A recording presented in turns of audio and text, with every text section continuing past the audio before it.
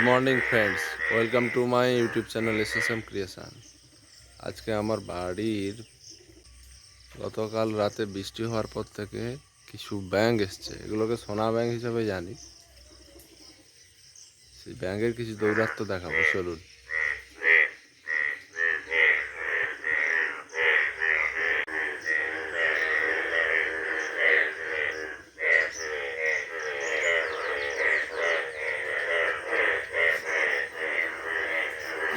ছোটবেলা আগে দেখেছি, কিন্তু একসাথে এত সোনা ব্যাঙ আগে কখনো দেখেছি বলে মনে পড়ছে না।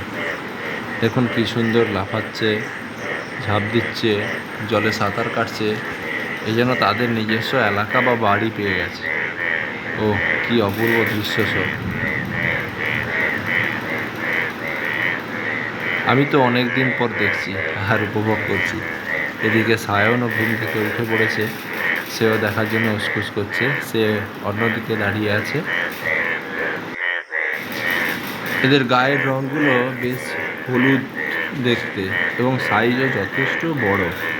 হ্যাঁ, এদের যখন একটা জিনিস লক্ষ্য করলাম, যখন এরা ডাক শুরু করে, ওদের হচ্ছে গলার ওই অংশটা ফুলে যায়। কি বলে অতটা জানি না, তো বেশ নীলাভ দেখতে আর কি। হ্যাঁ, এরা নিজেদের মধ্যে কোলাকুলি করছে। হ্যাঁ, বেশ ভালোই সাঁতার দিতে পারে। কি বদমাইশি করছে দেখুন। আমরা ছোটোবেলায় এরকম হয়তো দেখেছি, তবে অতটা মনে পড়ছে না। আপনারা লাস্ট কবে দেখেছেন কমেন্ট করে জানাবেন।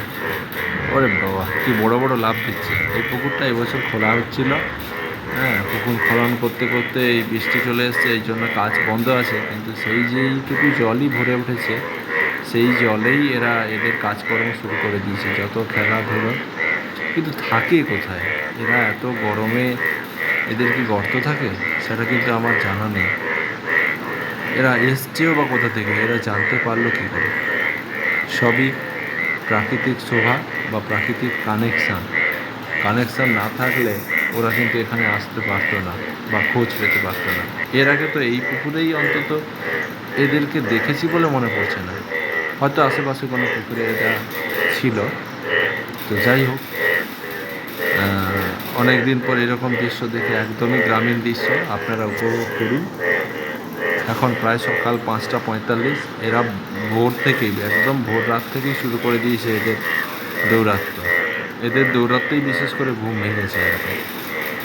মা হঠাৎ করেই ডাকলো যে দেখ, অনেক ব্যাঙ এসছে। আমি সঙ্গে সঙ্গে ঘুম থেকে উঠে মোবাইলটা নিয়ে ছুটেছি এদের ভিডিও করতে। পুকুর খোলা এখনও শেষ হয়নি, বাকি আছে, আরও বেশ কয়েকদিনের কাজ বাকি আছে, হবে নিশ্চয়ই। তবে এই রাতের যে জল, এখন তো কালবৈশাখীর সিজন, সেই জলেই এরা চলছে আর কি, আনন্দ করছে। কেমন লাগছে লিখবেন বন্ধুরা।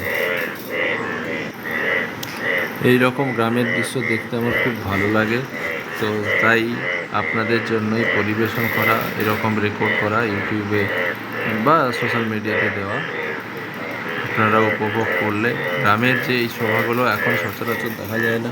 ম্যাক্সিমাম জায়গাতে এখন খানাখন্দ বুঝে যাচ্ছে বা সেভাবে আর নেই বলতে গেলে। পুকুর ইউজ তো বন্ধই হয়ে গেছে। এটা আমাদের বাড়ির একদমই পাশের পুকুর, আমাদের নিজস্ব। এখানে অনেক মাছ চাষ হয়, আপনারা এলে দেখতে পাবেন।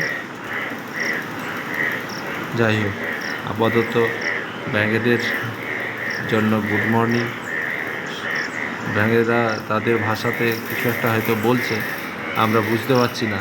ওরা সারাক্ষণ ওদের মতোই করে চিৎকার করতে থাকুক, আমি আমার বাড়ি ফিরে যাই। টাটা।